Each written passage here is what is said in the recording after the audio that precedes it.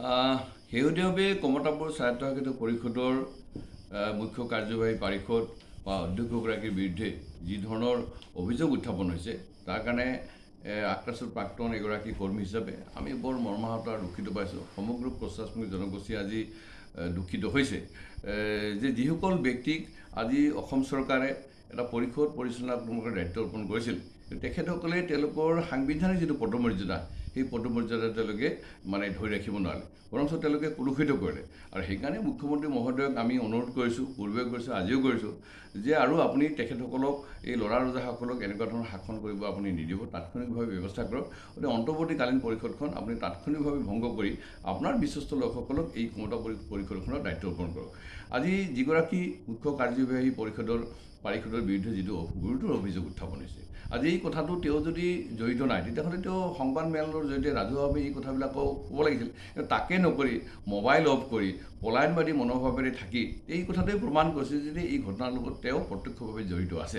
গতিকে মুখ্যমন্ত্ৰী মহোদয় যিহেতু গৃহ বিভাগৰ দায়িত্বত আছে আৰু তেখেতৰ অধীনস্থ এগৰাকী আৰক্ষী কনিষ্টবলক এই ধৰণে কোনোবাই আক্ৰমণ কৰিছে আৰু গুৰুতৰভাৱে আক্ৰমণ কৰাৰ ফলত আজি এখন ব্যক্তিগত নাৰ্ছিং হোমৰ ICUত চিকিৎসাধীন হৈ থাকিব লগা হৈছিল। এইটো এটা সহজ বা ইমান সাধাৰণ অভিযোগ নহয়। গতিকে অসমৰ মানুহক, বিশেষকৈ নাৰী সমাজক এটা জাষ্টিছ দিয়াৰ ক্ষেত্ৰত মই ভাবোঁ যে মুখ্যমন্ত্ৰী মহোদয় ইয়াৰ বিৰুদ্ধে এক উচিত তদন্ত গ্ৰহণ কৰিব লাগে। দ্বিতীয় কথাটো হৈছে যে আজি পৰিষদখনৰ অধ্যক্ষগৰাকীৰ বিৰুদ্ধে এটা অভিযোগ উত্থাপিত হৈছে যে প্ৰায় 37 কোটি টকাৰ বহিৰাজ্য কোম্পানীৰ এটা ভুৱা ৱাক অৰ্ডাৰ দিছে। সেই ৱাক অৰ্ডাৰটো আচলতে প্ৰকৃতাৰ্থত ভুৱা নে সঁচা আৰু অধ্যক্ষগৰাকী নিজেই স্বাক্ষৰ কৰা সঁচা নে বিচাৰে এই কথাটো স্পষ্টীকৰণ এটা দিব লাগে। তাৰ কাৰণে কমতাপুৰ স্বায়ত্তশাসিত পৰিষদৰ প্ৰিন্সিপাল ছেক্ৰেটাৰী আছে, মই ভাবোঁ এই ক্ষেত্ৰত প্ৰিন্সিপাল ছেক্ৰেটাৰী এটা তদন্ত কৰিব লাগে। কিন্তু আমি জনাত যে কোনো মন্ত্ৰী, বিধায়ক বা কোনো পাৰিষদৰ সদস্যই পোনপটীয়াভাৱে স্বাক্ষৰ কৰি কোনো কোম্পানীৰ লগত অৰ্ডাৰ স্বাক্ষৰ নকৰে। কোনো বিভাগীয় তেওঁলোকৰ কৰ্তৃপক্ষ আছে, প্ৰধান সচিব আছে, তেওঁলোকে কৰে। কিন্তু দেখিছোঁ যে এই ৱাক অৰ্ডাৰত স্বয়ং অধ্যক্ষগৰাকীয়ে কৰিছে।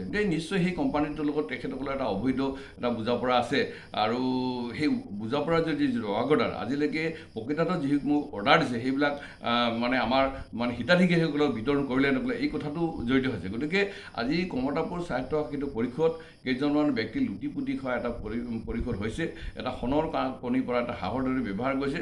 আৰু আজি এই অঞ্চলৰ মানুহৰ উন্নয়নৰ কাৰণে চৰকাৰে দিয়া আৱণ্টিত টকা তেওঁলোকে বিভিন্ন প্ৰস্তাৱে আজি হৰলুকি কৰিছে, এইটো এটা স্পষ্ট কৰিছে। গতিকে এইটো প্ৰমাণ যে হিতেশ্বৰ বৰ্মন ডাঙৰীয়া হওক, বকুল বৰ্মন ডাঙৰীয়া হওক আৰু কিছুসংখ্যক পাৰিষদ বা সদস্য আছে যিসকলে এই পৰিষদখনক এক লুণ্ঠন ৰাজত পৰিণত কৰিছে। যিসকল ব্যক্তি এটা সময়ত সংগ্ৰামী সত্তাৰ জৰিয়তে আহিছিল, তেওঁলোকে এতিয়া যি ধৰণৰ বিলাসবহুল জীৱন কৰাইছে, তেওঁলোকে ক'ত এইবিলাক টকা পালে?